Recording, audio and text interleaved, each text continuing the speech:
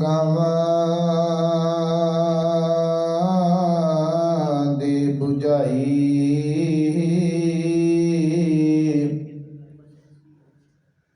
जैसे सच में रहूं रजाई। मैं मूर्ख की केतक बात है, कोट पढ़ादी तरिया रे।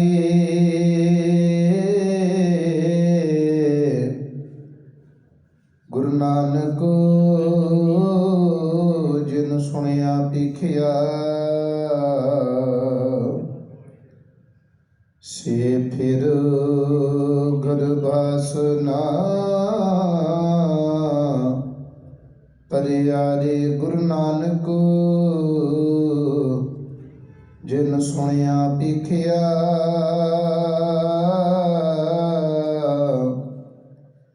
से फिर गर्भास ना परियारे। वाहिगुरु जी का खालसा, वाहिगुरु जी की फतेह। परम सन्मानयोग सतगुरु धन धन साहिब श्री गुरु ग्रंथ साहिब महाराज जी,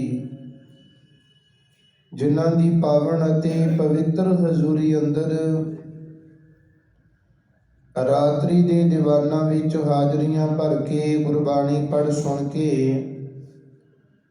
सत संगत करके अपना मनुखा जीवन सफला कर रहे अति सत्कारयोग गुरु सवारी सत संगी जनों, आओ सतगुरां दी किरपा दे सदका पावन बाणी दे शब्द कीर्तन आप जी ने गुरु प्यार वालियां पासों बड़े प्यार दे नाल सरवण कीते ने।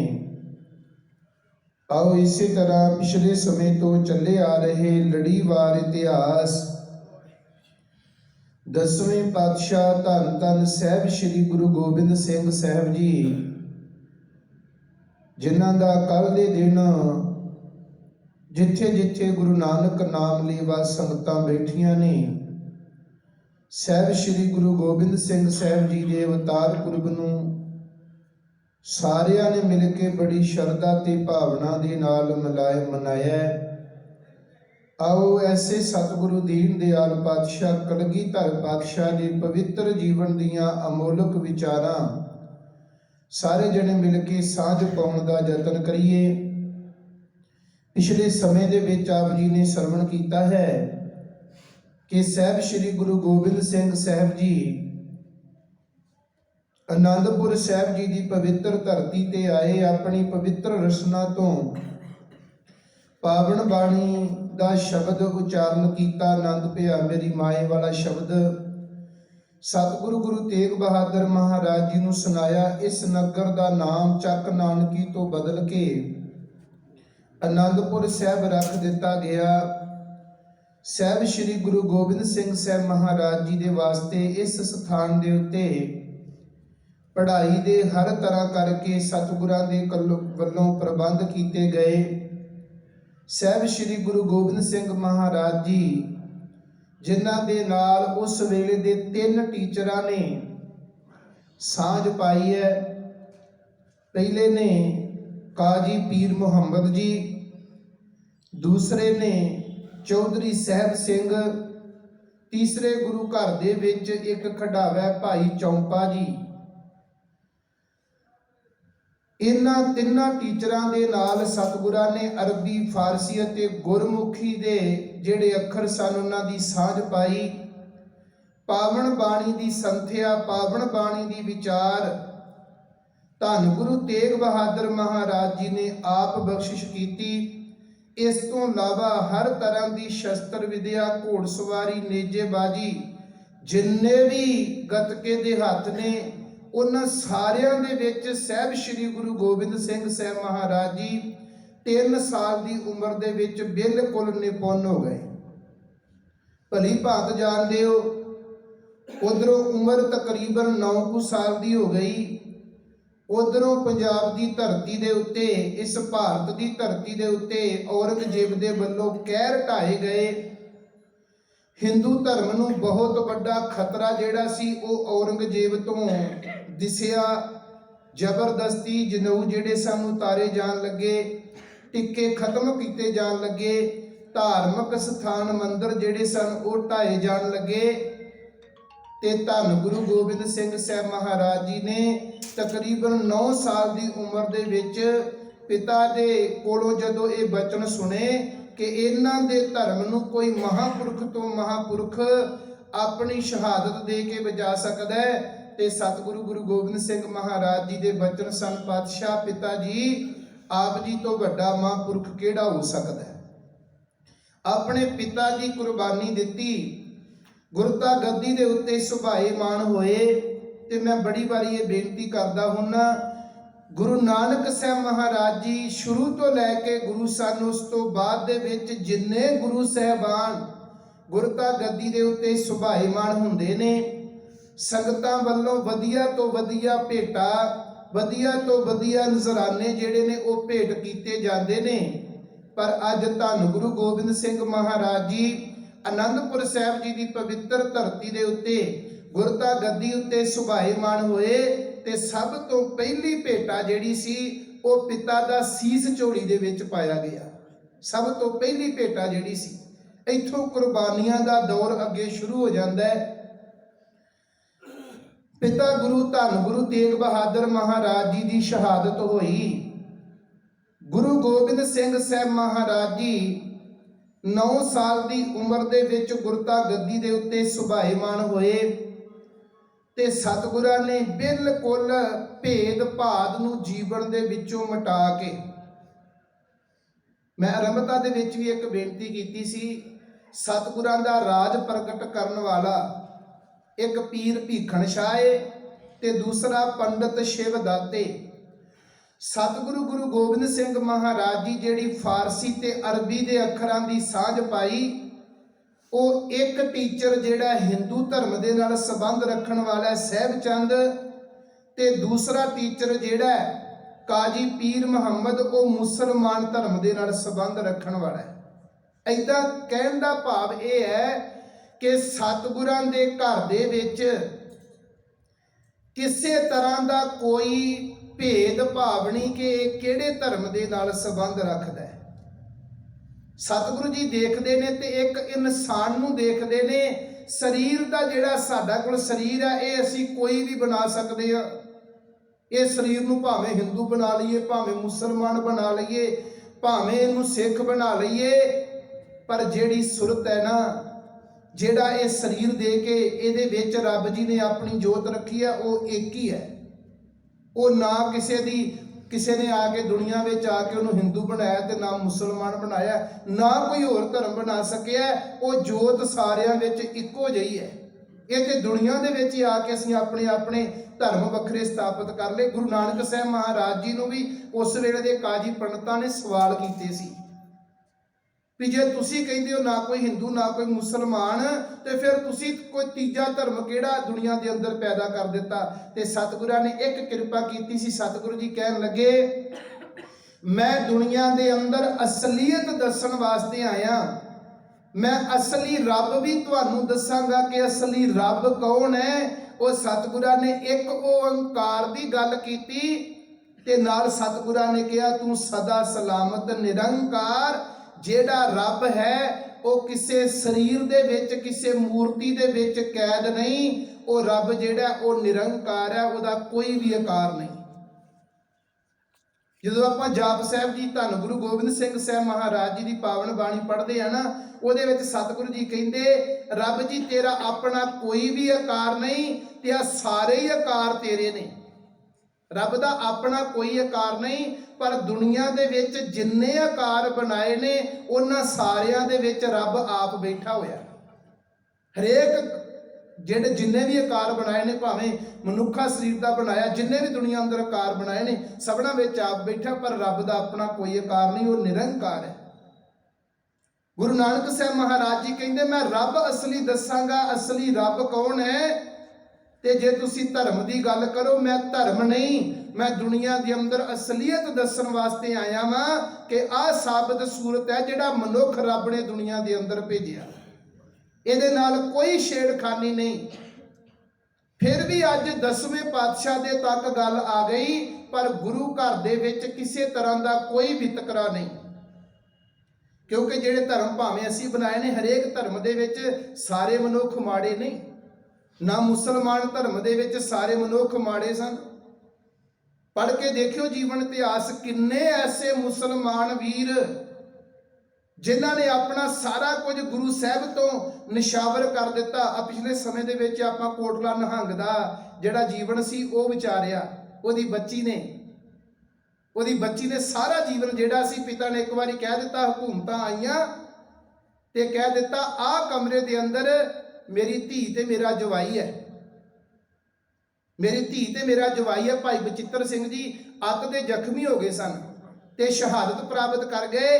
ते जदों कोटला निहंग वाला निहंग जिहड़ा सी अपनी बच्ची का रिश्ता करन लग्या, निकाह करना सी, ते बच्ची ने कहा, पिता जी मैनू एडे वड्डे शहीद की पत्नी बना के हुण मेरा विआह किते होर, मेरा निकाह किते होर करना चाहुंदा। ओ बच्ची ने 121 साल की उम्र दुनिया के अंदर भोगी है, उन्हें अपना विआह नहीं कराया। सारा जीवन गुरु साहब के लेखे लगा दिता। अनेकों हिंदू वीर ऐसे जेड़े धन गुरु गोबिंद सिंह साहब महाराज जी के चरणों में आके उन्होंने अपना सारा कुछ निशावर कर दिता। गुरु चरणों विचों सिੱਖੀ की दात प्राप्त कर ली। गुरु घर दे विच कोई मतभेद नहीं। समा बतीत हुंदा गया। गुरु साहबान ने जिथे जिथे गुरु कीआं प्यारियां संगतां बैठियां सी, उन्हां संगतां दे तक हुक्मनामे बख्शिश कर दिते कि आनंदपुर साहब जी की धरती के उत्ते आउण वाला मैनू कोई कीमती चीज़ां नहीं चाहिदियां, मैनू केवल तुहाडे नौजवान पुत, वधिया तो वधिया घोड़े, वधिया तो वधिया हथियार मेरे को लिया के भेंट करो। आनंदपुर साहब जी की धरती ते गुरु कीआं प्यारियां संगतां वधिया तो वधिया नजराने लै के गुरु चरणों के विच भेंट करदियां ने। अपने नौजवान पुत्र गुरु गोबिंद सिंह महाराज जी के चरणों में भेंट करते ने। कोई कीमती घोड़े लिया के गुरु साहब के चरणों के विच भेंट करदा है। रतन राय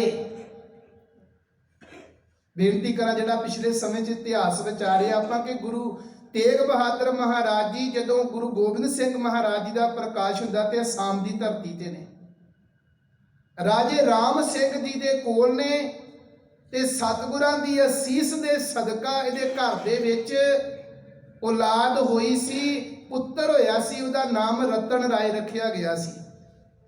अज जदों 9वें पातशाह गुरता गद्दी उत्ते सुभाएमान होए ते रतन राय अपने कोलों बड़िया वधिया तो वधिया राजा सी, वधिया तो वधिया कीमती तो कीमती घोड़े, दुशाले, जिहड़ी प्रशादी हाथी की गल आउंदी है, वो प्रशादी हाथी रतन राय ने धन गुरु गोबिंद सिंह महाराज जी के चरणों में भेंट किया। एक 5 कला हथियार जिहड़ा सी वो सतगुरां दे चरणों के विच भेंट कीता है। इसे तरह संगतां जिहड़ियां ने गुरु चरणों नाल प्रीत करन वालियां वधिया तो वधिया हर एक चीज़ गुरु चरणों में भेंट करदियां।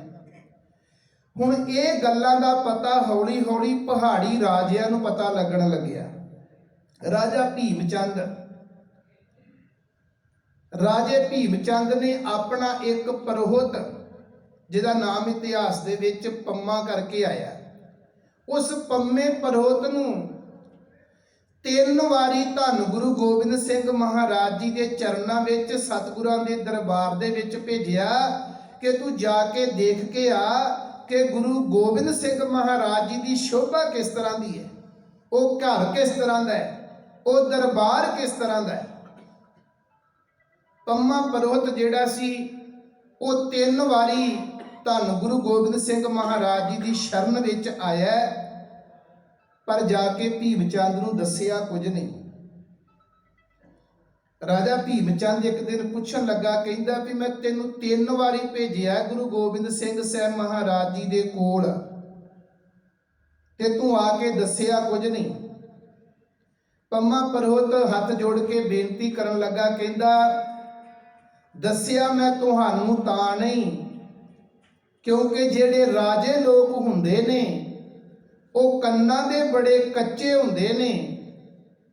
ਉਹ ਚਾਹੁੰਦੇ ਨੇ ਕਿ ਹਰ ਇੱਕ ਮਨੁੱਖ ਉਸਤਤ ਵਡਿਆਈ ਸਾਡੀ ਕਰੇ ਤੇ ਨਿੰਦਿਆ ਕਿਸੇ ਦੂਸਰੇ ਦੀ ਕਰੇ। ਮੈਂ ਤਾਂ ਨਹੀਂ ਤੁਹਾਨੂੰ ਦੱਸ ਸਕਿਆ, ਜੇ ਮੈਂ ਤੁਹਾਨੂੰ ਸੱਚ ਦੱਸ ਦਿੱਤਾ ਤੇ ਤੁਸੀਂ ਮੈਨੂੰ ਬਹੁਤ ਵੱਡੀਆਂ ਵੱਡੀਆਂ ਸਜ਼ਾਵਾਂ ਦੇਣੀਆਂ ਨੇ। ਭੀਮ ਚੰਦ ਕਹਿੰਦਾ ਤੇਰਾ ਤੇ ਮੇਰਾ ਵਾਅਦਾ ਰਿਹਾ, ਮੈਂ ਤੈਨੂੰ ਕਿਸੇ ਤਰ੍ਹਾਂ ਦੀ ਸਜ਼ਾ ਨਹੀਂ ਦਿਆਂਗਾ, ਤੂੰ ਬਿਲਕੁਲ ਸੱਚ ਸੱਚ ਦੱਸ। ਗੁਰੂ ਗੋਬਿੰਦ ਸਿੰਘ ਮਹਾਰਾਜ ਜੀ ਦੇ ਘਰ ਦੀ ਸ਼ੋਭਾ ਕੀ ਕਹਿੰਦੀ ਹੈ, ਮੈਨੂੰ ਸੱਚ ਸੱਚ ਦੱਸ। ਔਰੰਗਜ਼ੇਬ ਦਾ ਜਿਹੜਾ ਉਸ ਵੇਲੇ ਸ਼ਬਿਆਨਾ ਲੱਗਦਾ ਸੀ ਨਾ, ਇਤਿਹਾਸ ਵਿੱਚ ਜ਼ਿਕਰ ਆਇਆ 1 ਲੱਖ ਦੰਬੜੇ ਦਾ ਸ਼ਬਿਆਨਾ ਲੱਗਦਾ ਸੀ ਔਰੰਗਜ਼ੇਬ ਦੇ, ਜਿੱਥੇ ਉਹ ਆਪਣਾ ਦਰਬਾਰ ਲਾਂਦਾ ਸੀ। ਤੇ ਗੁਰੂ ਕੇ ਪਿਆਰੇ ਸਿੱਖਾਂ ਨੇ ਜਦੋਂ ਇਹ ਸੁਣਿਆ ਵੀ ਉਹਦੇ ਦਰਬਾਰ ਦੇ ਵਿੱਚ, ਔਰੰਗਜ਼ੇਬ ਦੇ ਦਰਬਾਰ ਦੇ ਵਿੱਚ 1 ਲੱਖ ਦੰਬੜੇ ਦਾ ਸ਼ਬਿਆਨਾ ਲੱਗਦਾ ਹੈ, ਤੇ ਗੁਰੂ ਕੇ ਪਿਆਰੇ ਸਿੱਖਾਂ ਨੇ ਕਿਹਾ ਉਹ ਤਾਂ ਅੱਜ ਰਾਜਾ ਤੇ ਕੱਲ ਨੂੰ ਪਤਾ ਨਹੀਂ ਅਵਸਥਾ ਬਦਲ ਜਾਏ, ਰਾਜੇ ਭਿਖਾਰੀ ਬਣਦੇ ਦੇਖੇ ਦੁਨੀਆ ਦੇ ਅੰਦਰ, ਰਾਜੇ ਭਿਖਾਰੀ ਬਣਦੇ ਦੇਖੇ ਇਹ ਭੂਪਤ ਸਭ ਦਿਵਸ ਚਾਰ ਕੇ ਝੂਠੇ ਕਰਤ ਦੀ ਵਾਜਾ। ਪਰ ਧੰਨ ਗੁਰੂ ਗੋਬਿੰਦ ਸਿੰਘ ਮਹਾਰਾਜ ਜੀ ਇਹ ਤੇ ਪਾਤਸ਼ਾਹਾਂ ਦੇ ਵੀ ਪਾਤਸ਼ਾਹ ਨੇ, ਤੇ ਗੁਰੂ ਕੇ ਪਿਆਰੇ ਸਿੱਖਾਂ ਨੇ 1.25 ਲੱਖ ਦਾ ਸ਼ਬਿਆਨਾ ਜਿਹੜਾ ਸੀ ਗੁਰੂ ਗੋਬਿੰਦ ਸਿੰਘ ਮਹਾਰਾਜ ਜੀ ਦੇ ਦਰਬਾਰ ਦੇ ਵਿੱਚ ਲੱਗਦਾ ਸੀ ਉਸ ਸਮੇਂ। ਅੱਜ ਵੀ ਤੁਸੀਂ ਦੇਖੋ ਸ਼ੋਭਾ ਹਰਮੰਦਰ ਸਾਹਿਬ ਜੀ ਦੀ ਪਵਿੱਤਰ ਅਸਥਾਨ ਤੇ ਜਾ ਕੇ ਕੀ ਸ਼ੋਭਾ ਹੈ। 5-5 7-7 ਲੱਖ ਦੇ ਚੰਦੋਆ ਸਾਹਿਬ ਪੂਰੇ ਸੈੱਟ ਬਣਦੇ ਨੇ, ਸਿਰਫ ਇੱਕ ਵਾਰੀ ਲੱਗਦੇ, ਦੂਜੀ ਵਾਰ ਨਹੀਂ ਲੱਗਦੇ। ਇਹ ਗੁਰੂ ਘਰ ਦੀ ਵਡਿਆਈ ਹੈ, ਸ਼ੋਭਾ ਹੈ ਗੁਰੂ ਘਰ ਦੀ। ਪੰਮਾ ਪਰੋਹਤ ਕਹਿਣ ਲੱਗਾ ਰਾਜੇ ਭੀਮ ਚੰਦ ਨੂੰ, ਕਹਿੰਦੇ ਜੇ ਤੇਰਾ ਵਾਅਦਾ ਤੇ ਫਿਰ ਸੱਚ ਸੁਣ। ਕਹਿੰਦੇ ਤੂੰ 7 ਵਾਰੀ ਜਨਮ ਲਵੇਂ, 7 ਵਾਰੀ ਮਰ ਕੇ ਜਾਵੇਂ, 7 ਜਨਮਾਂ ਦੇ ਵਿੱਚ ਤੂੰ ਰਾਜਾ ਬਣੇ। ਜਿੰਨੀ ਸ਼ੋਭਾ ਗੁਰੂ ਗੋਬਿੰਦ ਸਿੰਘ ਮਹਾਰਾਜ ਜੀ ਦੇ ਦਰਬਾਰ ਦੀ ਹੈ ਨਾ, ਉਨੀ ਸ਼ੋਭਾ ਤੇਰੀ ਫਿਰ ਵੀ ਨਹੀਂ ਹੋ ਸਕਦੀ। ਉਹਦੇ ਦਰਬਾਰ ਦੀ ਸ਼ੋਭਾ ਐਸੀ ਹੈ, ਮੇਰੇ ਕੋਲ ਬਿਆਨ ਹੀ ਨਹੀਂ ਕੀਤੀ ਜਾ ਸਕਦੀ। ਰਾਜਾ ਭੀਮ ਚੰਦ ਜਿਹੜਾ ਸੀ ਇਹ ਪਹਾੜੀ ਰਾਜਿਆਂ ਦੇ ਵਿੱਚੋਂ ਹੈ। ਇਹਨੇ ਇਸ ਗੱਲ ਦੀ ਬੜੀ ਖੁੰਦਕ ਖਾਧੀ ਕਿ ਪੀਰਾਂ ਫਕੀਰਾਂ ਦੇ ਕੋਲ ਇੰਨੀਆਂ ਕੀਮਤੀ ਚੀਜ਼ਾਂ ਕੀ ਕਰਦੀਆਂ। ਇਹ ਜਿਹੜੀਆਂ ਸਾਰੀਆਂ ਚੀਜ਼ਾਂ ਨੇ ਕੀਮਤੀ ਚੀਜ਼ਾਂ, ਇਹ ਤੇ ਸਾਡੇ ਵਰਗੇ ਰਾਜੇ ਲੋਕਾਂ ਦੇ ਕੋਲ ਹੋਣੀਆਂ ਚਾਹੀਦੀਆਂ। ਅੱਜ ਵੀ ਤੁਸੀਂ ਦੇਖਿਓ ਝਾਤ ਮਾਰ ਕੇ, ਪਤਾ ਕੀ ਹੈ, ਜਦੋਂ ਆਪਾਂ ਬਾਣੀ ਨੂੰ ਸਾਹਮਣੇ ਰੱਖ ਕੇ ਵਿਚਾਰਾਂਗੇ ਨਾ, ਬਾਣੀ ਗੁਰੂ ਸਾਹਿਬ ਦੀ ਕਹਿੰਦੀ, ਇਤਿਹਾਸ ਗੁਰੂ ਸਾਹਿਬ ਦਾ ਕੀ ਕਹਿੰਦਾ, ਏਦਾਂ ਲੱਗਣਾ ਹੈ ਜਿਹੋ ਜਿਹੇ ਮਨੁੱਖਾਂ ਨੇ ਕੰਮ ਕੀਤੇ ਨੇ। ਏਦਾਂ ਹੁੰਦਾ ਨਾ ਵੀ ਕਈ ਵਾਰੀ ਜਿੱਦਾਂ ਦੇ ਪਿਤਾ ਕੰਮ ਕਰਦਾ, ਪੁੱਤਰ ਵੀ ਉਦਾਂ ਦੇ ਕੰਮ ਕਰਦਾ ਹੁੰਦਾ। ਜਿਵੇਂ ਦੇ ਕੰਮ ਪਿਤਾ ਕਰਦਾ, ਉਹਦਾ ਪੁੱਤਰ ਵੀ ਅੱਗੋਂ ਉਦਾਂ ਦੇ ਕਰਦਾ, ਫਿਰ ਅੱਗੋਂ ਉਹਦਾ ਪੁੱਤਰ ਵੀ ਉਦਾਂ ਹੀ ਕਰਦਾ। ਧੰਨ ਗੁਰੂ ਗੋਬਿੰਦ ਸਿੰਘ ਸਾਹਿਬ ਮਹਾਰਾਜ ਜੀ ਦੇ ਜਿਹੜੇ ਪੁੱਤਰ ਨੇ ਨਾ, ਉਹ ਕਿਸੇ ਵਾਸਤੇ ਨਹੀਂ ਮਾੜਾ, ਹਰ ਇੱਕ ਵਾਸਤੇ ਇਦਾਂ ਸੋਚਦੇ ਵੀ ਹਰ ਇੱਕ ਮਨੁੱਖ ਚੜ੍ਹਦੀ ਕਲਾ ਵਿੱਚ ਹੋਣਾ ਚਾਹੀਦਾ। ਤੇ ਅੱਜ ਵੀ ਬਹੁਤਿਆਂ ਦਾ ਤੁਸੀਂ ਦੇਖਿਓ ਆ ਸਥਾਨ ਤੇ ਬੜੀ ਗੁਰੂ ਸਾਹਿਬ ਦੀ ਕਿਰਪਾ ਹੈ, ਸੰਗਤ ਵੀ ਚੜ੍ਹਦੀ ਕਲਾ ਵਾਲੀ, ਗੁਰੂ ਦੀ ਮੱਤ ਵਾਲੀ ਹੈ, ਪ੍ਰਬੰਧਕ ਵੀਰ ਜਿਹੜੇ ਉਹ ਵੀ ਚੜ੍ਹਦੀ ਕਲਾ ਵਾਲੇ ਨੇ। ਬਹੁਤਿਆਂ ਥਾਵਾਂ ਉੱਤੇ ਪਤਾ ਕੀ ਹੁੰਦਾ, ਗ੍ਰੰਥੀ ਸਿੰਘ ਕਿਤੇ ਸਾਈਕਲ ਵੀ ਨਵਾਂ ਕਢਾ ਲੇ ਨਾ, ਤੇ ਬਹੁਤਿਆਂ ਨੂੰ ਹੁੰਦਾ ਸੀ ਵੀ ਇਹਦੀ ਕਮਾਈ ਜ਼ਿਆਦਾ ਮੋਟੀ ਹੋਵੇ। ਫਿਰ ਬੇਨਤੀ ਕਰਾਂ, ਕਿਰਪਾ ਹੈ ਮਹਾਰਾਜ ਦੀ, ਰਹਿਮਤ ਹੈ ਕਿ ਇਹ ਨਹੀਂ ਸੋਚਦੇ ਆਪਾਂ, ਇਹ ਕਿਸੇ ਤੇ ਰਹਿਮਤ ਹੁੰਦੀ ਹੈ ਗੁਰੂ ਸਾਹਿਬ ਜੀ ਦੀ। ਉਸ ਦਿਨ ਵੀ ਭੀਮ ਚੰਦ ਨੇ ਕਿਹਾ ਸੀ, ਜਿਹੜਾ ਮੇਰਾ ਇਸ਼ਾਰਾ ਸਮਝਣ ਦਾ ਯਤਨ ਕਰਿਓ, ਭੀਮ ਚੰਦ ਕਹਿੰਦਾ ਇਹ ਚੀਜ਼ਾਂ ਪੀਰਾਂ ਫਕੀਰਾਂ ਕੋਲ ਨਹੀਂ ਚੰਗੀਆਂ ਲੱਗਦੀਆਂ, ਇਹ ਤਾਂ ਰਾਜਿਆਂ ਮਹਾਰਾਜਿਆਂ ਦੇ ਕੋਲ ਹੋਣੀਆਂ ਚਾਹੀਦੀਆਂ। ਉਹਨੇ ਬੜੀ ਵੱਡੀ ਖੁੰਦਕ ਖਾਧੀ। ਉਹ ਕਹਿੰਦਾ ਮੈਂ ਕਿਸੇ ਨਾ ਕਿਸੇ ਤਰੀਕੇ ਦੇ ਨਾਲ ਐਡੇ ਵੱਡੇ ਹਾਥੀ, ਐਡੇ ਵੱਡੇ ਹਥਿਆਰ, ਇੰਨਾ ਵੱਡਾ ਇੰਨਾ ਕੀਮਤੀ ਸ਼ਬਿਆਨਾ ਲੱਗੇ ਗੁਰੂ ਗੋਬਿੰਦ ਸਿੰਘ ਮਹਾਰਾਜ ਜੀ ਦੀ ਸ਼ਰਨ ਵਿੱਚ, ਮੇਰੇ ਕੋਲੋਂ ਬਰਦਾਸ਼ਤ ਨਹੀਂ ਹੋਣਾ। ਅੱਗੇ ਜਾ ਕੇ ਆਪਾਂ ਜ਼ਿਕਰ ਕਰਾਂਗੇ ਕਿਹੜੇ ਤਰੀਕੇ ਦੇ ਨਾਲ ਇਹਨੇ ਗੁਰੂ ਸਾਹਿਬ ਜੀ ਦੇ ਕੋਲੋਂ ਇਹ ਸਾਰਾ ਕੁਝ ਖੋਹਣ ਦਾ ਯਤਨ ਕੀਤਾ। ਖੈਰ, ਗੁਰੂ ਸਾਹਿਬ ਜੀ ਦੇ ਘਰ ਦੀ ਸ਼ੋਭਾ ਦੇਖ ਕੇ ਬੜਾ ਕੁਰਲਾਇਆ। ਧੰਨ ਗੁਰੂ ਗੋਬਿੰਦ ਸਿੰਘ ਸਾਹਿਬ ਮਹਾਰਾਜ ਜੀ ਦੇ ਤੱਕ, 10ਵੇਂ ਪਾਤਸ਼ਾਹ ਦੇ ਤੱਕ, ਗੁਰੂ ਨਾਨਕ ਸਾਹਿਬ ਤੋਂ ਲੈ ਕੇ, ਇਤਿਹਾਸ ਗਵਾਹ ਇਸ ਗੱਲ ਦਾ, ਗੁਰੂ ਨਾਨਕ ਸਾਹਿਬ ਤੋਂ ਲੈ ਕੇ ਗੁਰੂ ਗੋਬਿੰਦ ਸਿੰਘ ਸਾਹਿਬ ਮਹਾਰਾਜ ਜੀ ਦੇ ਤੱਕ ਕਿਸੇ ਨਾਲ ਕੋਈ ਧਰੋਹ ਨਹੀਂ ਕੀਤਾ, ਕਿਸੇ ਨਾਲ ਜ਼ਬਰਦਸਤੀ ਨਹੀਂ ਕੀਤੀ। ਅੱਜ ਤੱਕ ਕਿਸੇ ਦੀ ਜ਼ਮੀਨ ਦਾ ਇੱਕ ਕਦਮ ਵੀ ਜਿਹੜਾ ਉਹਦੇ ਤੇ ਵੀ ਕਬਜ਼ਾ ਨਹੀਂ ਕੀਤਾ। ਨਹੀਂ ਤੇ ਏਡੀ ਵੱਡੀ ਫੌਜ ਹੋਵੇ ਸਤਿਗੁਰਾਂ ਦੇ ਕੋਲ। ਪਹਾੜੀ ਰਾਜੇ ਇਸੇ ਗੱਲ ਤੋਂ ਡਰਦੇ ਨੇ ਨਾ, ਜਿਹੜੇ 22 ਧਾਰ ਦੇ ਰਾਜੇ ਨੇ। ਉਹ ਜਦੋਂ ਆਪਣੀ ਮੀਟਿੰਗ ਕਰਦੇ ਕਹਿੰਦੇ ਗੁਰੂ ਗੋਬਿੰਦ ਸਿੰਘ ਸਾਹਿਬ ਤਾਂ ਫੌਜਾਂ ਇਕੱਠੀਆਂ ਕਰ ਲਿਆ, ਇਹਨੇ ਸਾਡੇ ਕੋਲੋਂ 22 ਧਾਰ ਦਾ ਰਾਜ ਖੋਹ ਲੈਣਾ। ਉਹ ਇਸ ਗੱਲ ਤੋਂ ਡਰਦੇ ਸਾਡੇ ਕੋਲੋਂ ਰਾਜ ਖੋਹ ਲੈਣਾ, ਕਿਉਂਕਿ ਜਿਹੜੇ ਝੂਠੇ ਰਾਜ ਹੁੰਦੇ ਨੇ ਨਾ, ਉਹਨਾਂ ਨੂੰ ਸਦਾ ਹੀ ਖਤਰਾ ਪਿਆ ਰਹਿੰਦਾ ਇਹ ਖੋਹ ਨਾ ਲਵੇ। ਪਰ ਜਿਹੜਾ ਗੁਰੂ ਦੀ ਰਹਿਮਤ ਦੇ ਸਦਕਾ ਚੱਲਦਾ ਨਾ, ਗੁਰੂ ਗੋਬਿੰਦ ਸਿੰਘ ਮਹਾਰਾਜ ਨੂੰ ਨਹੀਂ ਖਤਰਾ ਕਿਸੇ ਦਾ। 14 ਜੰਗਾਂ ਲੜੀਆਂ, 14 ਵਿੱਚੋਂ ਜਿੱਤ ਪ੍ਰਾਪਤ ਕੀਤੀ। ਸਭ ਤੋਂ ਵੱਡੀ ਗੱਲ, ਕਿਸੇ ਉੱਤੇ ਜਾ ਕੇ ਹਮਲਾ ਨਹੀਂ ਕੀਤਾ। ਜੇ ਕੋਈ ਘਰ ਦੇ ਵਿੱਚ ਹੀ ਲੜਨ ਵਾਸਤੇ ਆ ਗਿਆ, ਫਿਰ ਤੇ ਅੱਗੋਂ ਲੜਨਾ ਹੀ ਪੈਣਾ। ਫਿਰ ਵੀ ਦੁਸ਼ਮਣੀ ਨਾਲ ਨਹੀਂ ਲੜੇ। ਪੂਰਾ ਜੀਵਨ ਇਤਿਹਾਸ ਸਤਿਗੁਰਾਂ ਦਾ ਵਿਚਾਰ ਕੇ ਦੇਖ ਲਿਓ, ਦੁਸ਼ਮਣੀ ਪੈਦਾ ਕਰਕੇ ਨਹੀਂ ਲੜੇ ਕਿਸੇ ਦੇ ਨਾਲ। ਜੀਵਨ ਦੇ ਅੰਦਰ ਕ੍ਰੋਧ ਨਹੀਂ ਲੈ ਕੇ ਆਂਦਾ। ਮੈਦਾਨੇ ਜੰਗ ਦੇ ਵਿੱਚ ਵੀ ਕ੍ਰੋਧ ਨਹੀਂ। ਧੰਨ ਗੁਰੂ ਗੋਬਿੰਦ ਸਿੰਘ ਸਾਹਿਬ ਮਹਾਰਾਜ ਜੀ ਦੀ ਸ਼ੋਭਾ ਜਿਹੜੀ ਸੀ ਦੁਨੀਆ ਦੇ ਵਿੱਚ ਫੈਲਣ ਲੱਗੀ। ਧੰਨ ਗੁਰੂ ਗੋਬਿੰਦ ਸਿੰਘ ਮਹਾਰਾਜ ਜੀ, ਮੈਂ ਪਿਛਲੇ ਸਮੇਂ ਦੇ ਵਿੱਚ ਵੀ ਬੇਨਤੀਆਂ ਕੀਤੀਆਂ, ਗੁਰੂ ਨਾਨਕ ਸਾਹਿਬ ਤੋਂ ਲੈ ਕੇ ਗੁਰੂ ਗੋਬਿੰਦ ਸਿੰਘ ਮਹਾਰਾਜ ਜੀ ਦੇ ਤੱਕ, ਜਿੰਨੇ ਗੁਰੂ ਗੋਬਿੰਦ ਸਿੰਘ ਮਹਾਰਾਜ ਜੀ ਦੇ ਸਮੇਂ ਗੁਰੂ ਸਾਹਿਬ ਦੇ ਕੋਲ ਪ੍ਰਚਾਰਕ ਨੇ ਨਾ, ਕਿਸੇ ਗੁਰੂ ਸਾਹਿਬ ਦੇ ਸਮੇਂ ਨਹੀਂ। ਕਿਉਂਕਿ ਇਹ ਨਾ ਸਮਝ ਲੈਣਾ ਕਿ ਦੂਜੇ ਗੁਰੂ ਸਾਹਿਬਾਨ ਦੀ ਤੇ ਤੋਹੀਨ ਹੈ, ਕਿਉਂਕਿ ਸਮਾਂ ਆ ਗਿਆ, ਸਮਾਂ ਇਹ ਗੱਲ ਦੀ ਮੰਗ ਕਰ ਰਿਹਾ ਕਿ ਇਸ ਘਰ ਨੂੰ ਅੰਤਮ ਛੋਹਾਂ ਦਿੱਤੀਆਂ ਜਾਣੀਆਂ, ਅੰਤਮ ਛੋਹਾਂ ਦੇਣੀਆਂ ਨੇ। ਗੁਰੂ ਸਾਹਿਬ ਜੀ ਦੇ ਕੋਲ ਆਨੰਦਪੁਰ ਸਾਹਿਬ ਜੀ ਦੀ ਪਵਿੱਤਰ ਧਰਤੀ ਦੇ ਉੱਤੇ 31 ਲਿਖਾਰੀ ਨੇ। 31 ਲਿਖਾਰੀ, 52 ਕਵੀਆਂ ਦਾ ਜ਼ਿਕਰ ਤੇ ਆਪ ਜੀ ਸਾਰੇ ਜਾਣਦੇ ਹੋ ਕਿ 52 ਕਵੀ ਨੇ ਸਤਿਗੁਰਾਂ ਦੇ ਕੋਲ। ਹਰ ਰੋਜ਼ ਨਵੀਆਂ ਤੋਂ ਨਵੀਆਂ, ਵਧੀਆ ਤੋਂ ਵਧੀਆ ਲਿਖਤਾਂ ਲਿਖ ਕੇ ਗੁਰੂ ਸਾਹਿਬ ਦੇ ਚਰਨਾਂ ਵਿੱਚ ਭੇਟ ਕਰਦੇ ਨੇ। ਭਾਈ ਨੰਦ ਲਾਲ ਸਾਹਿਬ ਆਨੰਦਪੁਰ ਸਾਹਿਬ ਜੀ ਦੀ ਧਰਤੀ ਦੇ ਉੱਤੇ ਧੰਨ ਗੁਰੂ ਗੋਬਿੰਦ ਸਿੰਘ ਸਾਹਿਬ ਮਹਾਰਾਜ ਜੀ ਦੀ ਸ਼ੋਭਾ ਸੁਣ ਕੇ ਆਇਆ। ਹਿੰਦੂ ਧਰਮ ਦੇ ਨਾਲ ਸੰਬੰਧ ਰੱਖਣ ਵਾਲਾ, ਔਰੰਗਜ਼ੇਬ ਦੇ ਦਰਬਾਰ ਦੇ ਵਿੱਚ ਇਹਦੇ ਪੁੱਤਰ ਨੂੰ ਪੜ੍ਹਾਇਆ ਕਰਦਾ ਸੀ। ਔਰੰਗਜ਼ੇਬ ਦੇ ਪੁੱਤਰ ਨੂੰ ਪੜ੍ਹਾਇਆ ਕਰਦਾ ਸੀ ਟੀਚਰ ਬਣ ਕੇ। ਇੱਕ ਦਿਨ ਔਰੰਗਜ਼ੇਬ ਦੇ ਸਾਹਮਣੇ ਉਹਨਾਂ ਦੀ ਕੁਰਾਨ ਦੇ ਅਰਥ ਬਿਲਕੁਲ ਸੱਚ ਕਰਕੇ ਦੱਸ ਦਿੱਤੇ। ਔਰੰਗਜ਼ੇਬ ਦੇ ਦਰਬਾਰ ਦੇ ਵਿੱਚ ਕੁਰਾਨ ਦੇ ਇੱਕ ਕਾਇਦੇ ਦੇ ਅਰਥ ਬਿਲਕੁਲ ਸੱਚ ਕਰਕੇ ਦੱਸ ਦਿੱਤੇ। ਔਰੰਗਜ਼ੇਬ ਕਹਿੰਦਾ, ਨੰਦ ਲਾਲ ਨੂੰ ਜਾਂ ਤਾਂ ਮੌਤ ਦੇ ਘਾਟ ਉਤਾਰ ਦਿਓ ਤੇ ਜਾਂ ਮੈਂ ਇਹਦੇ ਹੱਥ ਪੈਰ ਵੱਢ ਕੇ, ਇਹਦੀ ਮੈਂ ਜ਼ਬਾਨ ਵੱਢ ਕੇ ਇਹਨੂੰ ਆਪਣੇ ਕੋਲ ਰੱਖਾਂਗਾ, ਕੈਦੀ ਬਣਾ ਕੇ ਕਾਲ ਕੋਠੜੀ ਵਿੱਚ ਬੰਦ ਕਰਕੇ ਰੱਖਾਂਗਾ। ਹੁਣ ਪੁੱਤਰ ਪੜ੍ਹਦਾ ਸੀ, ਟੀਚਰ ਦੇ ਨਾਲ ਪ੍ਰੇਮ ਸੀ। ਉਹਨੇ ਕਿਸੇ ਤਰ੍ਹਾਂ ਕਰਕੇ ਆ ਕੇ ਬੇਨਤੀ ਕੀਤੀ, ਕਹਿਣ ਲੱਗਾ, ਤੁਸੀਂ ਮੇਰੇ ਟੀਚਰ ਹੋ, ਪਿਤਾ ਬਾਰੇ ਪਤਾ ਹੈ, ਜਿਹਨੇ ਆਪਣੇ ਭਰਾ ਨੂੰ ਮੌਤ ਦੇ ਘਾਟ ਉਤਾਰ ਦਿੱਤਾ, ਪਿਤਾ ਨੂੰ ਲੰਬੇ ਸਮੇਂ ਵਿੱਚ ਜੇਲ੍ਹ ਵਿੱਚ ਰੱਖ ਕੇ ਉਹਨਾਂ ਨੂੰ ਮੌਤ ਦੇ ਘਾਟ ਉਤਾਰ ਦਿੱਤਾ, ਤੇ ਤੁਸੀਂ ਤਾਂ ਮੇਰੇ ਟੀਚਰ ਹੋ। ਉਹਨੇ ਰਾਤੋਂ ਰਾਤ ਭਾਈ ਨੰਦ ਲਾਲ ਜੀ ਨੂੰ ਦਿੱਲੀ ਦੀ ਧਰਤੀ ਤੋਂ ਭੇਜ ਦਿੱਤਾ, ਕੱਢ ਦਿੱਤਾ।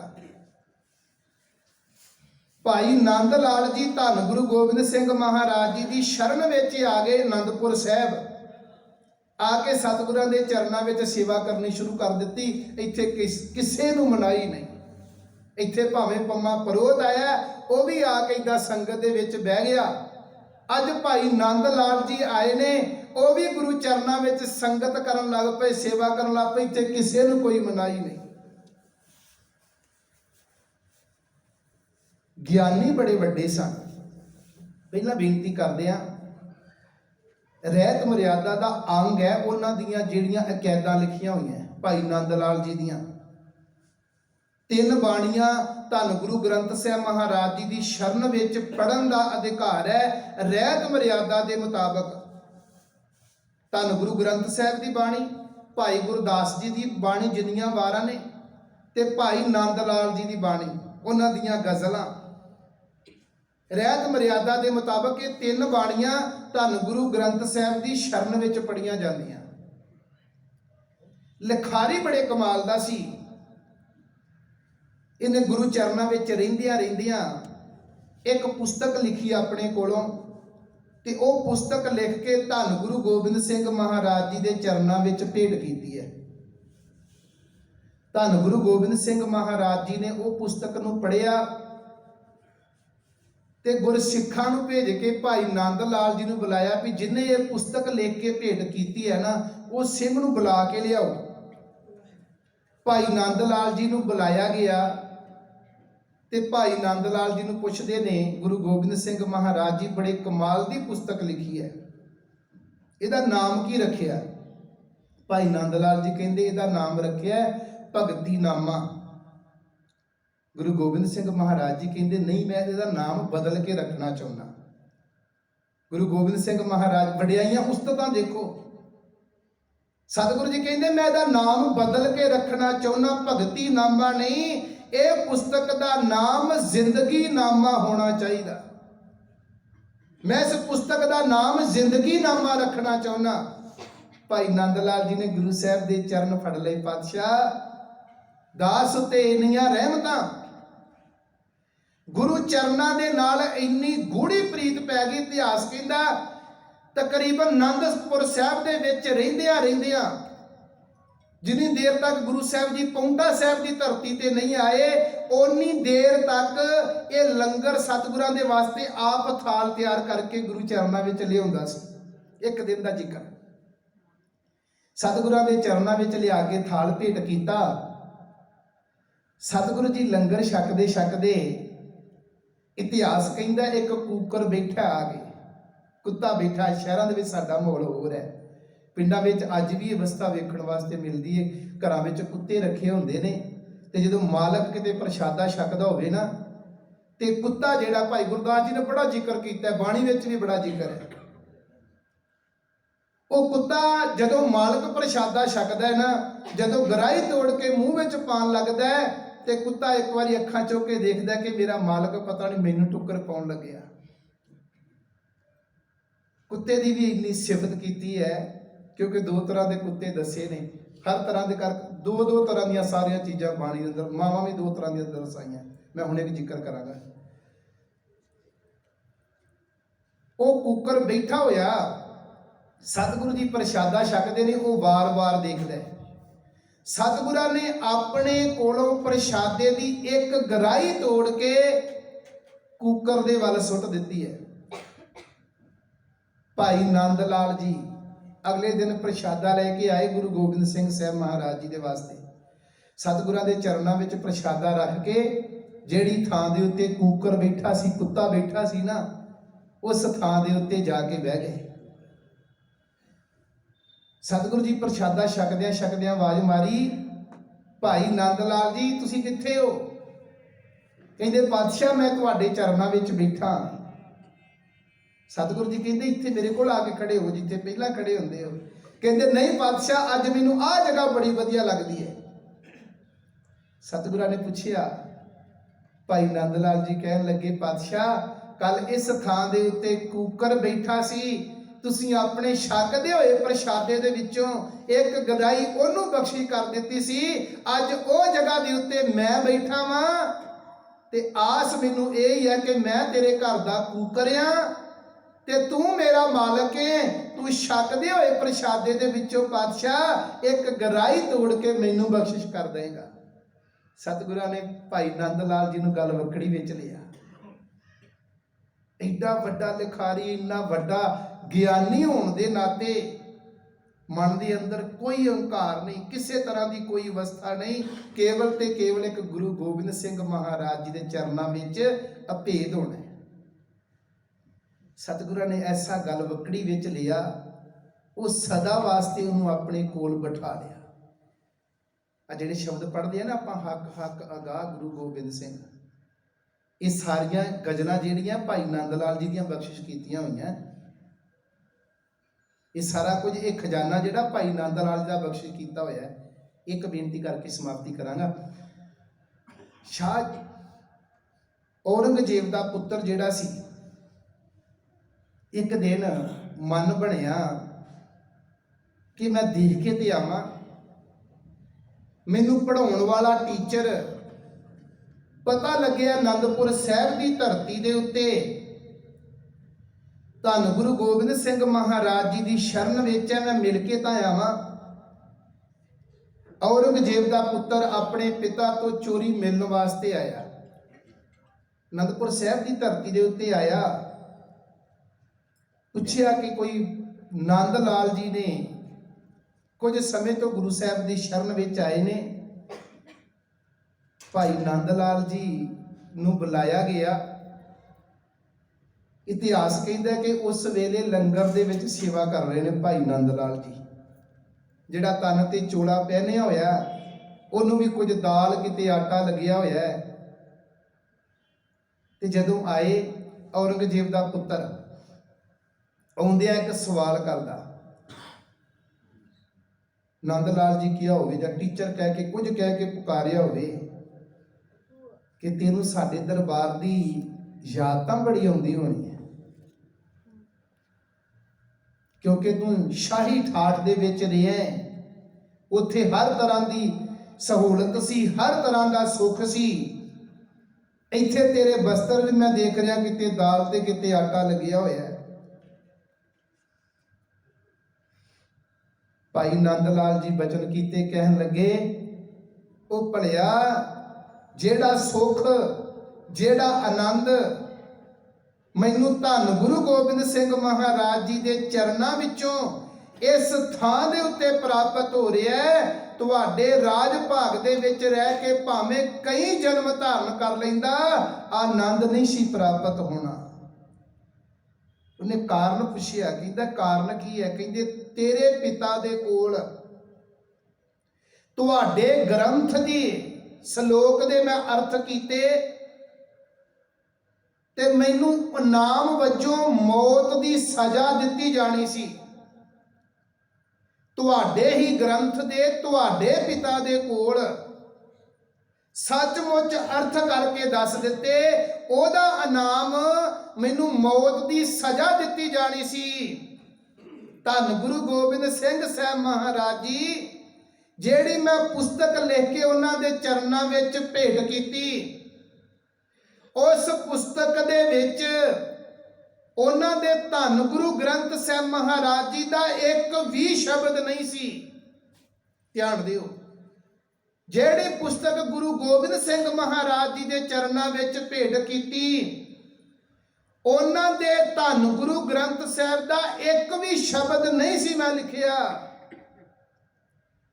ਉਹ ਪਾਤਸ਼ਾਹ ਨੇ ਮੈਨੂੰ ਇੰਨਾ ਵੱਡਾ ਇਨਾਮ ਦਿੱਤਾ, ਮੇਰੇ ਹੱਥਾਂ ਦੀ ਲਿਖੀ ਹੋਈ ਪੁਸਤਕ ਦਾ ਨਾਮ ਭਗਤੀ ਨਾਮੇ ਤੋਂ ਬਦਲ ਕੇ ਜ਼ਿੰਦਗੀ ਨਾਮਾ ਰੱਖ ਦਿੱਤਾ ਤੇ ਮੈਨੂੰ ਆਪਣੀ ਗੱਲ ਵਕੜੀ ਵਿੱਚ ਲੈ ਲਿਆ। ਜਿਹੜਾ ਆਨੰਦ ਮੈਨੂੰ ਇੱਥੋਂ ਮਿਲਿਆ ਨਾ, ਉਹ ਆਨੰਦ ਮੈਨੂੰ ਦੁਨੀਆ ਦੇ ਰਾਜ ਭਾਗ ਚੋਂ ਨਹੀਂ ਮਿਲ ਸਕਦਾ। ਸਤਿਗੁਰਾਂ ਦੇ ਜੀਵਨ ਦੀਆਂ ਇਹ ਵਡਿਆਈਆਂ ਨੇ। ਅਨੰਦਪੁਰ ਸਾਹਿਬ ਜੀ ਦੀ ਧਰਤੀ ਦੇ ਉੱਤੇ ਸਤਿਗੁਰਾਂ ਨੇ ਹਰ ਤਰ੍ਹਾਂ ਦਾ ਪ੍ਰਬੰਧ ਕੀਤਾ। ਅਨੰਦਪੁਰ ਸਾਹਿਬ ਦੀ ਧਰਤੀ ਦਾ ਪਿੱਛੇ ਜ਼ਿਕਰ ਆਪਾਂ ਸਾਂਝਾ ਕਰ ਚੁੱਕੇ ਹਾਂ। ਅਨੰਦਪੁਰ ਸਾਹਿਬ ਦੀ ਧਰਤੀ ਦੇ ਉੱਤੇ ਕੋਈ ਅਨਪੜ੍ਹ ਨਹੀਂ ਰਿਹਾ। ਗੁਰੂ ਕੇ ਪਿਆਰੇ ਸਿੱਖ ਜਿਹੜੇ ਸਨ ਉਹ ਵੀ ਗੁਰੂ ਚਰਨਾਂ ਨਾਲ ਜੁੜ ਕੇ ਹਰ ਤਰ੍ਹਾਂ ਦੀ ਸ਼ਸਤਰ ਵਿਦਿਆ, ਬਾਣੀ ਦੇ ਵਿੱਚ ਨਿਪੁੰਨ, ਗੁਰੂ ਸਾਹਿਬਾਂ ਦੇ ਬਚਨਾਂ ਨੂੰ ਜੀਵਨ ਅੰਦਰ ਵਸਾ ਕੇ ਸਤਿਗੁਰਾਂ ਨੇ ਬੜੇ ਇਮਤਿਹਾਨ ਲਏ ਨੇ ਸਿੱਖਾਂ ਦੇ। ਜਿੱਦਾਂ ਸਕੂਲਾਂ ਦੇ ਵਿੱਚ ਦੇਖਦੇ ਆ ਨਾ, ਟੀਚਰ ਪਹਿਲਾਂ ਪੜ੍ਹਾਉਂਦੇ ਨੇ ਤੇ ਫਿਰ ਉਹਨਾਂ ਦਾ ਇਮਤਿਹਾਨ ਹੁੰਦਾ ਹੈ। ਧੰਨ ਗੁਰੂ ਗੋਬਿੰਦ ਸਿੰਘ ਸਾਹਿਬ ਮਹਾਰਾਜ ਜੀ ਨੇ ਸਿੱਖਾਂ ਨੂੰ ਪੜ੍ਹਾਇਆ, ਸਿੱਖਾਂ ਨੂੰ ਸੱਚ ਦਾ ਰਾਹ ਦੱਸਿਆ। ਜਦੋਂ ਸਿੱਖ ਉਸ ਰਾਹ ਦੇ ਉੱਤੇ ਤੁਰਨ ਲੱਗੇ ਤੇ ਸਤਿਗੁਰਾਂ ਨੇ ਪ੍ਰੀਖਿਆ ਵੀ ਬੜੀਆਂ ਲਈਆਂ। ਸ਼ਨੀਵਾਰ ਦੇ ਦਿਨ ਦੀਵਾਨ ਲੱਗਿਆ ਸੀ। ਅੱਜ ਵੀ ਦੇਖਦੇ ਹੋ ਸ਼ਨੀਵਾਰ ਵਾਲੇ ਦਿਨ ਕਿੰਨੇ ਮੰਗਤੇ ਹੁੰਦੇ ਨੇ। ਇੱਕ ਮੰਗਤਾ ਬਣ ਕੇ ਧੰਨ ਗੁਰੂ ਗੋਬਿੰਦ ਸਿੰਘ ਮਹਾਰਾਜ ਜੀ ਦੀ ਸ਼ਰਨ ਵਿੱਚ ਆਇਆ। ਸਤਿਗੁਰਾਂ ਨੇ ਆਪਣੇ ਕੋਲੋਂ ਮਾਹਾਂ ਦੀ ਦਾਲ ਤੇ ਕੁਝ ਲੋਹਾ ਜਿਹੜਾ ਸੀ ਸਿੱਖਾਂ ਨੂੰ ਕਹਿ ਕੇ ਉਹਨੂੰ ਦਵਾ ਦਿੱਤਾ। ਗੁਰੂ ਕੇ ਪਿਆਰੇ ਸਿੱਖਾਂ ਨੂੰ ਪਤਾ ਲੱਗਿਆ, ਇਹਨੂੰ ਰਾਹ ਦੇ ਵਿੱਚ ਪਕੜ ਕੇ ਸਤਿਗੁਰਾਂ ਦੇ ਘਰ ਦੇ ਵਿੱਚੋਂ ਦਿੱਤੀਆਂ ਹੋਈਆਂ ਸੁਗਾਤਾਂ ਇਹਦੇ ਕੋਲੋਂ ਖੋਈਆਂ, ਇਹਨੂੰ ਇੱਕ ਦਰਖਤ ਦੇ ਨਾਲ ਬੰਨਿਆ ਤੇ ਸੰਗਤ ਜਦੋਂ ਦੀਵਾਨ ਲੱਗਾ ਸੀ ਉਹ ਦਾਲ ਦੇ ਵੜੇ ਬਣਾ ਕੇ ਸੰਗਤ ਵਿੱਚ ਵੰਡੇ ਗਏ ਤੇ ਜਿਹੜਾ ਲੋਹਾ ਹੀ ਉਹਦੇ ਕੜੇ ਬਣਾ ਕੇ ਸੰਗਤ ਵਿੱਚ ਵੰਡੇ ਗਏ। ਜਦੋਂ ਕੜੇ ਵੰਡ ਰਹੇ ਸਨ ਨਾ ਸਿੱਖ, ਤੇ ਉਹ ਦਰਖਤ ਦੇ ਨਾਲ ਬੰਨਿਆ ਹੋਇਆ ਕਿਤੋਂ ਛਡਾ ਕੇ ਗੁਰੂ ਸਾਹਿਬ ਦੀ ਸ਼ਰਨ ਵਿੱਚ ਆਇਆ, ਰੋਂਦਾ ਕਰਲਾਉਂਦਾ, ਕਹਿੰਦਾ ਪਾਤਸ਼ਾਹ ਤੇਰੇ ਸਿੰਘਾਂ ਨੇ ਮੇਰੇ ਕੋਲੋਂ ਸਾਰਾ ਕੁਝ ਖੋਹ ਲਿਆ। ਸਤਿਗੁਰਾਂ ਨੇ ਕਿਹਾ ਸੀ ਤੈਨੂੰ ਧਨ ਦੌਲਤਾਂ ਜਿੰਨੀਆਂ ਚਾਹੀਦੀਆਂ ਤੈਨੂੰ ਓਨੀਆਂ ਦਿਆਂਗਾ, ਪਰ ਅੱਜ ਮੈਨੂੰ ਮਾਣ ਹੈ। ਸਤਿਗੁਰਾਂ ਨੇ ਕਿਹਾ ਅੱਜ ਮੈਨੂੰ ਮਾਣ ਹੈ ਕਿ ਸਿੱਖ ਜਿਹੜੇ ਨੇ ਗੁਰੂ ਸਾਹਿਬ ਦੇ ਪਾਏ ਹੋਏ ਪੂਰਨਿਆਂ ਉੱਤੇ ਚੱਲ ਰਹੇ ਨੇ। ਇਹਨਾਂ ਨੇ ਨਹੀਂ ਸ਼ਨੀਵਾਰ ਨੂੰ ਕਿਸੇ ਨੂੰ ਦਾਨ ਕਰਨਾ। ਜਿਹੜਾ ਅਗਲਾ ਪਰਚਾ ਸੀ ਉਹ ਇਹ ਸੀ, ਸਤਿਗੁਰੂ ਜੀ ਪਿਆਰੇ ਸਿੱਖਾਂ ਦੇ ਨਾਲ ਜਾਂਦਿਆਂ ਜੀਵਨ ਦੇ ਵਿੱਚ 4 ਐਸੀਆਂ ਅਵਸਥਾ ਆਈਆਂ ਜਿੱਥੇ ਗੁਰੂ ਸਾਹਿਬ ਜੀ ਨੇ ਸਿੱਖਾਂ ਦਾ ਇਮਤਿਹਾਨ ਲਿਆ ਤੇ ਸਿੱਖਾਂ ਨੇ ਉਸ ਅਵਸਥਾ ਦੇ ਵਿੱਚ ਆ ਕੇ ਗੁਰੂ ਸਾਹਿਬ ਜੀ ਦੀ ਦੱਸੀ ਹੋਈ ਅਵਸਥਾ ਦੇ ਵਿੱਚ ਆ ਕੇ ਸਤਿਗੁਰਾਂ ਦੇ ਸਾਹਮਣੇ ਖਲੋ ਕੇ ਵੀ ਬਚਨ ਕਰਨੇ ਪਏ, ਪਾਤਸ਼ਾਹ ਤੁਸੀਂ ਸਾਨੂੰ ਇਦਾਂ ਸਿਖਾਇਆ। ਗੁਰੂ ਕੇ ਪਿਆਰੇ ਸਿੱਖਾਂ ਦੇ ਨਾਲ ਜਾਂਦਿਆਂ ਪੀਰ ਦਾਦੂ ਦੀ ਸਮਾਧ ਆਈ। ਸਤਿਗੁਰਾਂ ਨੇ ਤੀਰ ਦੇ ਨਾਲ ਸਿੱਖਾਂ ਨੂੰ ਵਿਖਾ ਕੇ ਨਮਸਕਾਰ ਕਰ ਦਿੱਤੀ। ਧਿਆਨ ਦਿਓ, ਪੀਰ ਦਾਦੂ ਦੀ ਸਮਾਧ ਆਈ, ਗੁਰੂ ਸਾਹਿਬ ਨੇ ਗੁਰਸਿੱਖਾਂ ਨੂੰ ਦਿਖਾ ਕੇ ਤੀਰ ਦੇ ਨਾਲ ਨਮਸਕਾਰ ਕਰ ਦਿੱਤੀ। ਇਤਿਹਾਸਕਾਰ ਕਹਿੰਦਾ, ਮਾਫ ਕਰਿਓ ਬਚਨ ਕਹਿਣਾ ਪੈਣਾ, ਗੁਰੂ ਕੇ ਪਿਆਰੇ ਸਿੱਖਾਂ ਨੇ ਸਤਿਗੁਰਾਂ ਨੂੰ ਕਟਹਿਰੇ ਦੇ ਵਿੱਚ ਖੜਾ ਕਰ ਲਿਆ। ਸਤਿਕਾਰ ਹੈ, ਉਹ ਦੂਜੇ ਪਾਸੇ ਨਾ ਜਾਇਓ। ਸਤਿਗੁਰੂ ਜੀ ਪਰਚਾ ਪਾਉਂਦੇ ਨੇ, ਸਿੱਖ ਅੱਗੇ ਇੰਨੇ ਪੱਕੇ ਜੀਵਨ ਵਾਲੇ ਗੁਰੂ ਸਾਹਿਬ ਦੇ ਚਰਨਾਂ ਵਿੱਚ ਬੇਨਤੀਆਂ ਕਰਦੇ ਨੇ, ਪਾਤਸ਼ਾਹ ਸਾਨੂੰ ਤੇ ਤੁਸੀਂ ਸਿਖਾਇਆ ਹੋਇਆ ਜਾਗਤ ਜੋਤ ਜਪੈ ਨਿਤ ਬਾਸੁਰ, ਏਕ ਬਿਨਾ ਮਨ ਨੇਕ ਨ ਆਨੈ। ਤੁਸੀਂ ਆਪ ਤੀਰਾਂ ਦੇ ਨਾਲ ਪੀਰਾਂ ਦੀਆਂ ਸਮਾਧਾਂ ਤੇ ਨਮਸਕਾਰ ਕਰਦੇ ਹੋ। ਉਸ ਵੇਲੇ ਵੀ ਗੁਰੂ ਕੇ ਪਿਆਰੇ ਸਿੱਖਾਂ ਨੂੰ ਗੁਰੂ ਸਾਹਿਬ ਜੀ ਨੇ ਸ਼ਾਬਾਸ਼ੇ ਦੇ ਕੇ ਨਵਾਜਿਆ। ਤੀਸਰੀ ਅਵਸਥਾ ਸੀ ਪਿਛਲੇ ਸਮੇਂ ਵਿੱਚ, ਹੁਣੇ ਜਦੋਂ ਸ਼ਹੀਦੀ ਪੁਰਬ ਮਨਾਏ ਨੇ ਉਦੋਂ ਵੀ ਬੇਨਤੀ ਕੀਤੀ ਸੀ। ਗੁਰੂ ਗੋਬਿੰਦ ਸਿੰਘ ਮਹਾਰਾਜ ਜੀ ਆਪ ਮੈਦਾਨੇ ਜੰਗ ਦੇ ਵਿੱਚ ਉਤਰ ਲੱਗੇ ਨੇ। ਗੁਰੂ ਕੇ ਪਿਆਰੇ ਸਿੱਖਾਂ ਨੇ ਪਹਿਲਾਂ ਇੱਕ ਜਾ ਕੇ ਬੇਨਤੀ ਕੀਤੀ। ਸਤਿਗੁਰਾਂ ਨੇ ਕਿਹਾ ਮੈਂ ਕੱਲ ਨੂੰ ਇਤਿਹਾਸ ਦੇ ਵਿੱਚ ਇਹ ਨਹੀਂ ਸੁਣਨਾ ਚਾਹੁੰਦਾ ਕਿ ਕੋਈ ਇਹ ਕਹਿ ਦੇਵੇ ਗੁਰੂ ਸਾਹਿਬ ਨੇ ਆਪਣੇ ਪੁੱਤਰ, ਆਪਣੇ ਪਿਆਰੇ, ਆਪਣੇ ਸਿੱਖ ਸ਼ਹੀਦ ਕਰਵਾ ਲਏ ਤੇ ਗੁਰੂ ਸਾਹਿਬ ਆਪ ਬਚ ਕੇ ਨਿਕਲ ਗਏ। ਮੈਂ ਮੈਦਾਨੇ ਜੰਗ ਦੇ ਵਿੱਚ ਕੱਲ ਦੇ ਮੈਦਾਨੇ ਜੰਗ ਦੇ ਵਿੱਚ ਸਭ ਤੋਂ ਪਹਿਲਾਂ ਜਥਾ ਲੈ ਕੇ ਸਤਿਗੁਰੂ ਜੀ ਕਹਿੰਦੇ ਮੈਂ ਜਾਵਾਂਗਾ। ਉਦੋਂ ਵੀ ਗੁਰੂ ਕੇ ਸਿੱਖਾਂ ਨੇ ਬੇਨਤੀ ਕੀਤੀ, ਕਹਿਣ ਲੱਗੇ ਪਾਤਸ਼ਾਹ ਅਸੀਂ ਸਿੱਖ ਸੰਗਤਾਂ ਭਾਵੇਂ ਕਿੰਨੀਆਂ ਵੀ ਇਕੱਠੀਆਂ ਹੋ ਜਾਈਏ, ਧਿਆਨ ਦਿਓ, ਅਸੀਂ ਸਿੱਖ ਸੰਗਤਾਂ ਕਿੰਨੀਆਂ ਵੀ ਇਕੱਠੀਆਂ ਹੋ ਜਾਈਏ, ਪਰ ਪਾਤਸ਼ਾਹ ਅਸੀਂ ਗੁਰੂ ਪੈਦਾ ਨਹੀਂ ਕਰ ਸਕਦੀਆਂ, ਸਤਿਗੁਰੂ ਜੀ ਅਸੀਂ ਸਾਰੇ ਸ਼ਹਾਦਤਾਂ ਪਾ ਜਾਈਏ, ਸਾਨੂੰ ਪਤਾ ਹੈ ਕੱਲ ਨੂੰ ਤੁਸੀਂ ਫੇਰ ਸਿੱਖ ਕੌਮ ਤਿਆਰ ਕਰ ਲੈਣੀ ਹੈ, ਤੁਹਾਨੂੰ ਮੈਦਾਨੇ ਜੰਗ ਦੇ ਵਿੱਚ ਨਹੀਂ ਜਾਣ ਦੇਣਾ। ਜੇ ਸਤਿਗੁਰੂ ਜੀ ਨਹੀਂ ਮੰਨੇ, ਪੰਜ ਪਿਆਰੇ ਬਣ ਕੇ, ਖਾਲਸਾ ਪੰਥ ਬਣ ਕੇ ਚਮਕੌਰ ਦੀ ਗੜੀ ਦੇ ਵਿੱਚ ਧੰਨ ਗੁਰੂ ਗੋਬਿੰਦ ਸਿੰਘ ਮਹਾਰਾਜ ਜੀ ਨੂੰ ਆਵਾਜ਼ ਮਾਰਦੇ ਨੇ, ਗੋਬਿੰਦ ਸਿੰਘ ਖਾਲਸੇ ਦੀ ਕਚਹਿਰੀ ਲੱਗੀ ਹੈ। ਤੇ ਉਸ ਵੇਲੇ ਇਤਿਹਾਸ ਦੇ ਵਿੱਚ ਜ਼ਿਕਰ ਹੈ ਕਿ ਗੁਰੂ ਗੋਬਿੰਦ ਸਿੰਘ ਮਹਾਰਾਜ ਜੀ ਆਪਣੀ ਕਲਗੀ ਉਤਾਰ ਕੇ ਪੰਜ ਪਿਆਰੇ ਸਹਿਬਾਨਾਂ ਦੇ ਸਨਮੁਖ ਹੋਏ ਤੇ ਜਾ ਕੇ ਕਹਿਣ ਲੱਗਾ, ਖਾਲਸਾ ਪੰਥ ਜੀ, ਖਾਲਸਾ ਪੰਥ ਜੀ, ਗੋਬਿੰਦ ਸਿੰਘ ਹਾਜ਼ਰ ਹੈ, ਹੁਕਮ ਕਰੋ। ਤੇ ਉਦਣ ਵੀ ਪਤਾ ਨਹੀਂ ਉਹ ਜਿਹੜੇ ਹਿਰਦੇ ਸਨ, ਜਿਹੜੇ ਪੰਜ ਪਿਆਰੇ ਸਾਹਿਬਾਨ ਗਏ ਗੁਰੂ ਸਾਹਿਬ ਦੇ ਚਰਨਾਂ ਕੋਲ, ਕਿੰਨਾ ਵੱਡਾ ਹਿਰਦੇ ਉੱਤੇ ਪੱਥਰ ਰੱਖਿਆ ਹੋਵੇਗਾ ਕਿ ਅੱਜ ਗੁਰੂ ਗੋਬਿੰਦ ਸਿੰਘ ਮਹਾਰਾਜ ਜੀ ਦੇ ਵਾਸਤੇ ਅਸੀਂ ਕਚਹਿਰੀ ਲਾਉਣ ਲੱਗੇ ਹਾਂ। ਕੁਰਲਾਉਂਦਿਆਂ ਹੋਇਆਂ ਹਿਰਦਿਆਂ ਦੇ ਵਿੱਚੋਂ ਸਤਿਗੁਰਾਂ ਦੇ ਚਰਨਾਂ ਵਿੱਚ ਖਾਲਸਾ ਪੰਥ ਬਣ ਕੇ ਬੇਨਤੀ ਕੀਤੀ, ਪਾਤਸ਼ਾਹ ਤੁਹਾਨੂੰ ਇਸ ਗੜੀ ਦੇ ਵਿੱਚੋਂ ਜਾਣਾ ਪਵੇਗਾ। ਤੇ ਗੁਰੂ ਗੋਬਿੰਦ ਸਿੰਘ ਮਹਾਰਾਜ ਜੀ ਆਪਣੇ ਖਾਲਸੇ ਪੰਥ ਦਾ ਹੁਕਮ ਮੰਨ ਕੇ ਤੇ ਇਸ ਗੜੀ ਦੇ ਵਿੱਚੋਂ ਬਾਹਰ ਗਏ। ਸਤਿਗੁਰਾਂ ਨੇ ਬਚਨ ਕੀਤੇ, ਪਰ ਮੈਂ ਤਾੜੀ ਮਾਰ ਕੇ ਜਾਵਾਂਗਾ, ਦੱਸ ਕੇ ਜਾਵਾਂਗਾ, ਮੈਂ ਏਦਾਂ ਨਹੀਂ ਜਾਣਾ। ਚੌਥੀ ਅਵਸਥਾ ਆਈ ਨੰਦੇੜ ਹਜੂਰ ਸਾਹਿਬ ਜੀ ਦੀ ਧਰਤੀ ਉੱਤੇ, ਜਦੋਂ ਸਤਿਗੁਰੂ ਜੀ ਸਾਰਾ ਪਰਿਵਾਰ ਆਪਣਾ ਵਾਰ ਕੇ ਉਸ ਧਰਤੀ ਤੋਂ ਬਾਬਾ ਬੰਦਾ ਸਿੰਘ ਬਹਾਦਰ ਨੂੰ ਪਿਆਰਾ ਸਿੱਖ ਬਣਾ ਕੇ ਜਦੋਂ ਪੰਜਾਬ ਦੀ ਧਰਤੀ ਉੱਤੇ ਭੇਜਣ ਲੱਗੇ ਤੇ ਸਤਿਗੁਰਾਂ ਨੇ ਆਪਣੇ ਕੋਲੋਂ ਇੱਕ ਖੰਡਾ ਬਖਸ਼ੀ ਕੀਤਾ ਸੀ। ਉਹ ਖੰਡਾ ਜਿਹਦੇ ਨਾਲ ਪਹਿਲੀ ਵਾਰੀ ਅੰਮ੍ਰਿਤ ਪਾਨ ਕਰਵਾਇਆ ਗਿਆ ਸੀ। ਅਨੰਦਪੁਰ ਸਾਹਿਬ ਦੀ ਧਰਤੀ ਦੇ ਉੱਤੇ 1699 ਨੂੰ ਜਿਹੜੇ ਖੰਡੇ ਦੇ ਨਾਲ ਪਹਿਲੀ ਵਾਰੀ ਅੰਮ੍ਰਿਤ ਤਿਆਰ ਕੀਤਾ ਸੀ, ਉਹ ਖੰਡਾ ਸਤਿਗੁਰਾਂ ਨੇ ਬਾਬਾ ਬੰਦਾ ਸਿੰਘ ਬਹਾਦਰ ਨੂੰ ਦੇ ਦਿੱਤਾ ਸੀ। ਗੁਰੂ ਕੇ ਪਿਆਰੇ ਸਿੱਖਾਂ ਨੇ ਬਾਬਾ ਬੰਦਾ ਸਿੰਘ ਬਹਾਦਰ ਨੂੰ ਕਿਹਾ, ਬਾਬਾ ਜੀ ਇਹ ਖੰਡਾ ਜਿਹੜਾ ਪੰਥ ਦੀ ਇਮਾਨਤ ਹੈ, ਇਹਨੂੰ ਵਾਪਸ ਕਰ ਦਿਓ। ਬਾਬਾ ਬੰਦਾ ਸਿੰਘ ਬਹਾਦਰ ਜੀ ਕਹਿਣ ਲੱਗੇ, ਮੈਨੂੰ ਗੁਰੂ ਸਾਹਿਬ ਨੇ ਬਖਸ਼ਿਸ਼ ਕੀਤਾ ਹੈ। ਤੇ ਗੁਰੂ ਕੇ ਪਿਆਰੇ ਸਿੱਖਾਂ ਨੇ ਉਦੋਂ ਵੀ ਕਿਹਾ ਕਿ ਗੁਰੂ ਸਾਹਿਬ ਦੇ ਚਰਨਾਂ ਦੇ ਵਿੱਚ ਵੀ ਬੇਨਤੀ ਕਰਾਂਗੇ। ਗੁਰੂ ਸਾਹਿਬ ਦੇ ਚਰਨਾਂ ਵਿੱਚ ਹਾਜ਼ਰ ਹੋਏ ਤੇ ਜਾ ਕੇ ਬੇਨਤੀ ਕੀਤੀ, ਪਾਤਸ਼ਾਹ ਇਹ ਜਿਹੜਾ ਖੰਡਾ ਹੈ ਨਾ, ਇਹ ਪੰਥ ਦੀ ਇਮਾਨਤ ਹੈ, ਤੁਸੀਂ ਬਾਬਾ ਬੰਦਾ ਸਿੰਘ ਬਹਾਦਰ ਨੂੰ ਨਹੀਂ ਦੇ ਸਕਦੇ। ਕਿਸ ਤਰ੍ਹਾਂ ਦਾ ਕਿੰਨੇ ਜੀਵਨ ਦੇ ਵਿੱਚ ਪੱਕੇ ਕੀਤੇ ਹੋਣਗੇ ਧੰਨ ਗੁਰੂ ਗੋਬਿੰਦ ਸਿੰਘ ਮਹਾਰਾਜ ਜੀ ਨੇ ਐਸੇ ਸ਼ਮਸ਼ੇਰੇ ਬਹਾਦਰ।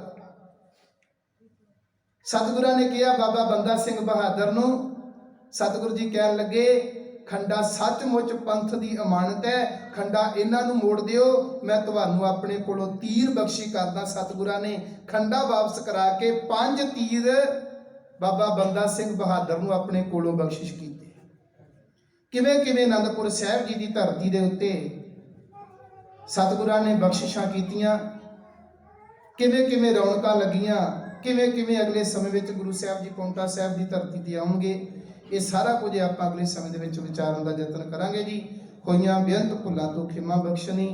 ਆਓ ਸਾਰੇ ਜਣੇ ਮਿਲ ਕੇ ਪਿਆਰ ਸਹਿਤ ਫਤਿਹ ਬੁਲਾਓ ਤੇ ਆਖੋ ਜੀ, ਵਾਹਿਗੁਰੂ ਜੀ ਕਾ ਖਾਲਸਾ, ਵਾਹਿਗੁਰੂ ਜੀ ਕੀ ਫਤਿਹ।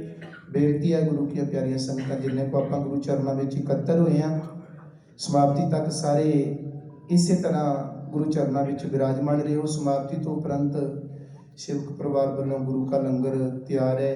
ਆਪ ਸਭ ਸੰਗਤਾਂ ਨੇ ਪਿਆਰ ਸਹਿਤ ਛਕਣ ਦੀ ਕਿਰਪਾਲਤਾ ਕਰਨੀ। ਆਓ ਆਨੰਦ ਸਾਹਿਬ 6 ਪੌੜੀਆਂ ਦਾ ਜਾਪ ਉਪਰੰਤ ਗੁਰੂ ਚਰਨਾਂ ਵਿੱਚ ਅਰਦਾਸ ਬੇਨਤੀ। ਵਾਹਿਗੁਰੂ ਜੀ ਕਾ ਖਾਲਸਾ, ਵਾਹਿਗੁਰੂ ਜੀ ਕੀ ਫਤਿਹ।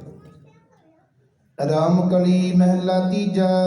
ਆਨੰਦ ਏਕ ਓੰਕਾਰ ਸਤਿਗੁਰ ਪ੍ਰਸਾਦ। ਆਨੰਦ ਪਿਆ ਮੇਰੀ ਮਾਏ, ਸਤਿਗੁਰੂ ਮੈਂ ਪਾਇਆ, ਸਤਿਗੁਰ ਤਾਂ ਪਾਇਆ ਸਹਿਜ ਸੇਤੀ। ਰਾਗ ਰਤਨ ਪਰਵਾਰ ਪਰੀਆਂ ਸ਼ਬਦ ਗਾਵਣ ਆਈਆਂ, ਸ਼ਬਦੋ ਤਾਂ ਗਾਵੋ ਹਰੀ ਕੇਰਾ।